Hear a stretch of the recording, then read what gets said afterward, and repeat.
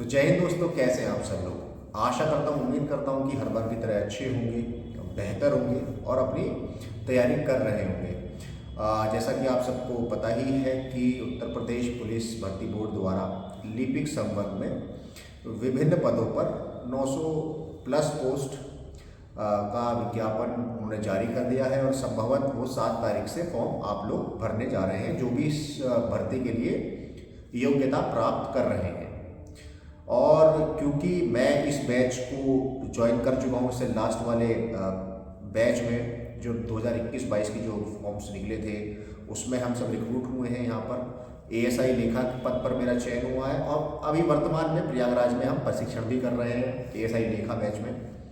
और उससे पहले भी मैं 10 साल हेड कांस्टेबल मिनिस्ट्रियल सशस्त्र सीमा बल यानी एसएसबी में रहकर नौकरी करके आया हूँ, तो मिनिस्ट्रियल कैडर से अलग ही लगाव रहता है। इस वीडियो बनाने का उद्देश्य ये है कि आप सबको पता चले कि लास्ट भर्ती जो इस कैडर में रही है, लिपिक संवर्ग में रही थी, उसमें क्या क्या समस्याएं आई थी और सिलेबस पैटर्न जो हमने पढ़ा था वो एक्चुअल में कैसा, वहाँ पर जब हम एग्जाम दे रहे थे क्या क्या हमको सामना करना पड़ा था और कहाँ जाकर मेरिट बनी थी। तो इसी विषय को लेकर मैं आया हूँ। मेरा नाम अमर चौधरी, एएसआई लेखा, वर्तमान में प्रशिक्षण कर रहे हैं प्रयागराज में। इससे लास्ट बैच में हम लोग अपॉइंट हुए थे। जैसा अगर आपने मेरे पुराना वीडियो भी देखा होगा तो आपको एक मेरे बारे में सूक्ष्म जानकारी जरूर रही होगी। फिलहाल बात करते हैं पिछला वीडियो जो मैंने बनाया था और उसमें काफ़ी सारे कमेंट्स बच्चों के रहे थे, लड़कों के रहे थे या अपने साथी दोस्तों के भी रहे थे कि क्या करना चाहिए, सिलेबस पैटर्न क्या रहेगा, क्या नहीं रहेगा। तो उस विषय वस्तु को लेकर मैं आज आपके सामने एक वीडियो, शायद थोड़ा लंबा हो जाएगा और चाहूँगा कि अंत तक देखिएगा, तो जानकारी बहुत महत्वपूर्ण है क्योंकि फॉर्म जल्दी भरने वाले हैं। कल परसों से फॉर्म भरने आपके शुरू हो जाएंगे, आप फॉर्म सबमिट करेंगे। तो क्या क्या ज़रूरी बात ध्यान रखनी है आपने अपने स्पेशली डिप्लोमा सर्टिफिकेट्स को लेकर। जो जैसा कि आप सब जानते हैं कि 3 वर्गों में ये भर्ती चलेगी। एक तो एएसआई मिनिस्ट्रियल है, एक एएसआई लेखा है और एसआई कॉन्फिडेंशियल। इसमें ध्यान रखने वाली बात यह कि केवल बीकॉम होल्डर्स या कॉमर्स से ग्रेजुएट जितने छात्र हैं वो एएसआई लेखा के लिए पात्रता रखते हैं, बाकी अन्य दोनों पदों के लिए भी रखते ही हैं। लेकिन बाकी अगर किसी के पास अन्य डिग्री है तो एएसआई लेखा की पात्रता नहीं रखता है। तो इस चीज़ का विशेष ध्यान रखिएगा कि आप अगर आपने बीकॉम कर रखी है तभी आप तीनों पदों के लिए अप्लाई कर सकते हैं। यदि आपके पास बीकॉम नहीं है तो केवल आप एएसआई मिनिस्ट्रियल और एसआई ओपनिंग इन्हीं पदों पर भर्ती के लिए पात्रता हासिल करते हैं। ये तो रही नॉर्मल बात है, आप सबको पता होगी, लेकिन मेरे पे टाइम कम रहता है यहाँ ट्रेनिंग करने में। तो बाकी सारे जितने इंस्टीट्यूट हैं, बड़े बड़े यूट्यूब चैनल्स हैं, वो सब आपको बता तो देंगे सिलेबस क्या है, लेकिन फैक्चुअल फिगर्स वो शायद ना बता पाएँ क्योंकि पिछली बार जो हमने भर्ती दी थी हम ही जान रहे हैं कि हम लोग कैसे कैसे यहाँ बैठे हुए हैं और कितने संघर्ष हुए थे पिछली भर्ती में कि आज यहाँ बैठे हुए हैं। तो सबसे मेन जो दिक्कत है भैया वो है आपका डिप्लोमा सर्टिफिकेट्स को लेकर। लड़के या स्टूडेंट्स या एस्पिरेंट्स बहुत ज़्यादा परेशान हैं कि उनका डिप्लोमा सर्टिफिकेट वैलिड होगा भी या नहीं होगा। उसके लिए मैंने अलग सा कंटेंट तैयार किया था पिछली भर्ती को मद्देनज़र रखते हुए। तो आपके पास कोई भी diploma certificate, computer science, IT, जो भी आपके पास डिप्लोमा है, तो उसका सबसे बेसिक जो नेचर है वो ये है कि वो एटलीस्ट एक वर्ष का होना अनिवार्य है, यानी 1 साल का आपके पास डिप्लोमा सर्टिफिकेट होना ज़रूरी है। अब बच्चे कंफ्यूज हैं कि वो डिप्लोमा सर्टिफिकेट कहाँ से होना चाहिए। भैया कम से कम यूनिवर्सिटी स्तर का डिप्लोमा सर्टिफिकेट होना अनिवार्य है, कम से कम यूनिवर्सिटी या आईटीआई। आप इससे ऊपर तो सिर्फ एक ही चीज़ है जो कि नाइलिट है। अगर आपके पास नाइलिट का 1 वर्ष का डिप्लोमा है ओ लेवल का, चाहे वह हार्डवेयर में है चाहे वह किसी और में है, ओ लेवल है, मतलब वो आपके लिए मान्य है।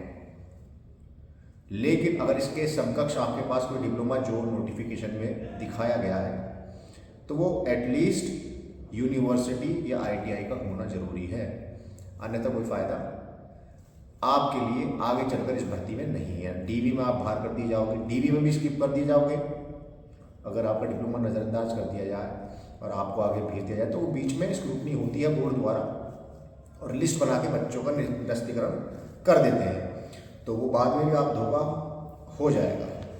हार्डवेयर कोर्सेज भी चल जाएंगे यूनिवर्सिटीज़ से, यूनिवर्सिटीज़ ITI से हार्डवेयर कोर्स अगर आपने 1 साल का कर रखा है तो वो भी वैलिड इसमें होता है। अगर आपके पास UGDCA है, UG यानी under graduate diploma in computer application है, तो वो सिर्फ एक ही संस्था कराती है जो है बनारस हिंदू विश्वविद्यालय, यानी BHU का अगर आपके पास UGDCA है तो एप्लीकेबल है, अन्यथा आपके पास UGDCA किसी और चीज़ से है तो वो वैलिड नहीं है। काफ़ी सारे बच्चों की शिकायत थी कि सर हमने फला AD से कर रखा है, उस संस्था से साक्षरता मिशन था या उस सोसाइटी से कर रखा है, NGO था, वो मैं आपको अब भी बता के चल रहा हूँ, आपके दिमाग में क्लियर हो जानी चाहिए कि वो चीज़ वैलिड नहीं है ना। उसका कारण बहुत सारे हैं कि आप भी जान रहे हैं, हम भी जान रहे हैं। इस वार्ता के दौरान मैं वो बात नहीं रखूँगा। खैर इतना ही बता रहा हूँ कि वो सब चीज़ें वैलिड नहीं है। जहाँ ISO प्रमाणित है, MSME है, मिनिस्ट्री ऑफ लेबर या और कोई मिनिस्ट्री है, NCT दिल्ली से रजिस्टर्ड है, ये सब चीज़ें नहीं चलेगी। अभी पहली वीडियो में आप खामखा अपने दिमाग में भरे बैठे हों तो उसको बाहर कर दीजिएगा कि ये सारे डिप्लोमा सर्टिफिकेट्स एप्लीकेबल नहीं होंगे किसी भी सूरत हाल में। आगे आते हैं BCom के लेकर समकक्ष क्या क्या चीज़ें हैं। देखिए BCom को लेकर जो समकक्ष डिग्रियां हैं उसका निस्तारण भर्ती बोर्ड ने नहीं किया है, लेकिन मैंने कोई भी ऐसा छात्र नहीं पाया है जो BCom के अलावा कोई और डिग्री लेकर इस भर्ती में शामिल हुआ था। यानी जो हमारे साथ सेलेक्टेड कैंडिडेट हैं ASI लेखा में, कोई भी एक सिंगल स्टूडेंट ऐसा नहीं है जिसके पास BCom ना हो। यानी कोई बहुत सारे लोग सोच रहे हैं, बच्चे सोच रहे हैं कि BBA उनके पास है, MBA उनके पास है, तो वो सब वैलिड BCom के इक्विवेलेंट नहीं माने गए पिछली बार, तो संभवतः इस बार भी नहीं माने जा रहे हैं। तो BCom यदि आपके पास है तो मान के चलने की लगभग BCom ही एक वैलिड और सक्षम डॉक्यूमेंट है, डिग्री है वाणिज्य क्षेत्र में। इसके अलावा यदि आपके पास कोई और है तो मैं नहीं मानता कि वो ASI लेखा के लिए सक्षम है या समकक्ष है। आगे आते हैं, काफ़ी सारी चीज़ें। हाँ, एक और विषय है कि बहुत सारे छात्रों को ये कन्फ्यूजन है कि हमारे पास 1 साल सब्जेक्ट में IT रही है या कंप्यूटर साइंस सब्जेक्ट रहा है, चाहे उन्होंने BCom कर रखा हो या BSc कर रखा हो, है ना। तो पहले बता के चल रहा हूँ, यदि आपने पूरी डिग्री के दौरान 1 वर्ष का BCom में या BSc में या BA में आपके पास कंप्यूटर साइंस सब्जेक्ट रहा है, चाहे वह IT रहा है, तो वह भी समकक्ष नहीं है ना, क्योंकि 3 साल का आपका ग्रेजुएशन माना गया है और इस 3 साल में आपको सिर्फ ग्रेजुएशन ही देना है। यदि आपने 4 साल का जैसे BCom ऑनर्स कर रखा है, BCom ऑनर्स में आप 4 साल का BCom करते हैं तो 1 साल आप किसी सब्जेक्ट से करते हैं, या कंप्यूटर साइंस या IT अगर आपके पास वो विषय रहा है उस चौथे वर्ष में या किसी भी वर्ष में, तो ऑनर्स में आपको वैलिडेशन मिल जाती है कि हाँ आपने समकक्ष लेवल के कर रखा है। अन्यथा नहीं, अगर 3 साल की डिग्री है उसमें अगर आपने कंप्यूटर साइंस या IT का एक सब्जेक्ट रहा है जिसमें आपने 1 साल के लिए किया है तो मान्य नहीं होगा। MOMSP ITI पॉलिटेक्निक ये वैलिड है ना। कोपा ITI वैलिड है, लेकिन अन्य कोई सर्टिफिकेट वैलिड नहीं होगा। अब हाइट का इशू है। हाइट देखो, आपको खुद पता है कि आपकी हाइट क्या है। 163 मेल कैंडिडेट के लिए और 150 फीमेल कैंडिडेट के लिए मांगी गई है। यदि कोई छूट होगी नोटिफिकेशन में अगर दे रखी होगी तो उस अनुसार ही आपकी PhD होनी है। आप कम हैं उसका कोई इलाज नहीं है ना।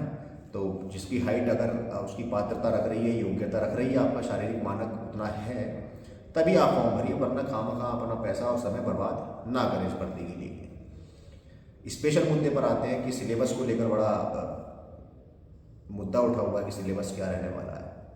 देखिए 60,000 vacancies Uttar Pradesh police board ने कांस्टेबल पदों की निकाली है। साथ ही साथ आने वाले समय में आप दरोगा भर्ती भी देखने वाले हैं। 4,000 पदों पर जल्दी निकट भविष्य में आप 4,000 समथिंग की दरोगा भर्ती भी देख लेंगे। और साथ ही साथ ये लिपिक संवर्ग में भर्ती आपके सामने आ ही गई है। तो सिलेबस में कुछ विशेष अंतर नहीं है। सिलेबस ये है कि जो आप कंप्यूटर जो भी आप पढ़ रहे हैं, कांस्टेबल भर्ती SI से कंपेयर मत कीजिएगा, है ना। SI दरोगा यानी सिविल पुलिस PSC, उससे आप कंपेयर ना करें। कांस्टेबल के लिए अगर आप तैयारी कर रहे हैं, बहुत डीप पढ़ने की ज़रूरत नहीं है, पहली बता के चल रहा हूँ। और आपको रेफरेंस के लिए अच्छी किताबें जो मुझे लगता है कि इनफ है और एक अच्छी भर्ती के लिए फाइट कर सकते हैं आप। तो जो भी आपके पास मैथमेटिक्स आप पढ़ रहे हैं, किसी भी किताब से पढ़िए, उसे अच्छे से पढ़िए, है ना। बहुत ज़्यादा सीजीएल की तैयारी नहीं करनी है, एसआईसी में पुलिस की तरह तैयारी करनी है। कांस्टेबल पद के तरीके से आप कांस्टेबल पद की तरीके से ही मैथ को पढ़िए, रीजनिंग पढ़िए, कांस्टेबल पद के हिसाब से ही रीजनिंग पढ़िए, हिंदी आप ल्यूसेंट से पढ़िए, बहुत इफेक्टिव रहेगा। इससे अन्यथा आप मत जाइए कहीं और आपको कोई विकल्प दे रहा, केवल ल्यूसेंट पढ़ लेंगे मेरे ख्याल से बहुत अधिक है।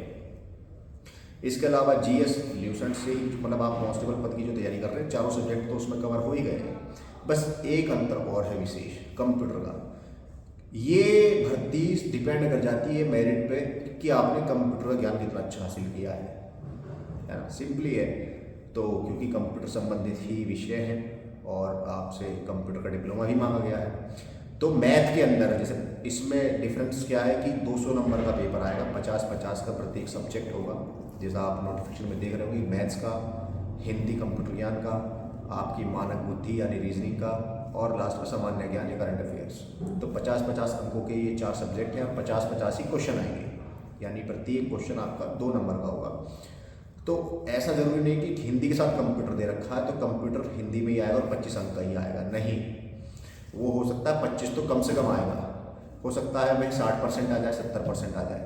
इसका कोई कैटेगराइजेशन नहीं है और आप इसको चैलेंज नहीं कर पाएंगे। बशर्ते मैथ में भी, अगर मैथ सब्जेक्ट है, मैथ 50 अंकों का सब्जेक्ट है, तो जरूरी नहीं कि 50 के 50 क्वेश्चन मैथ होंगे। पिछली बार हमने वो एग्जाम दिया है तो भैया 50 नंबर के मैथ में 7 से 8 नंबरों की कंप्यूटर साइंस ही का सिर्फ, मतलब कंप्यूटर के ऊपर ही क्वेश्चन थे। ऐसे ही हिंदी में, ऐसे ही रीजनिंग में, मतलब कंप्यूटर उन्होंने हर जगह कहीं ना कहीं घुसा ही रखी थी। तो कंप्यूटर के लिए मैं आपको स्पेशली ब्रीफ करने के लिए आया हूँ कि इस वीडियो को देखना इसलिए ज़रूरी है कि आपकी कमांड कंप्यूटर के ऊपर कितनी है।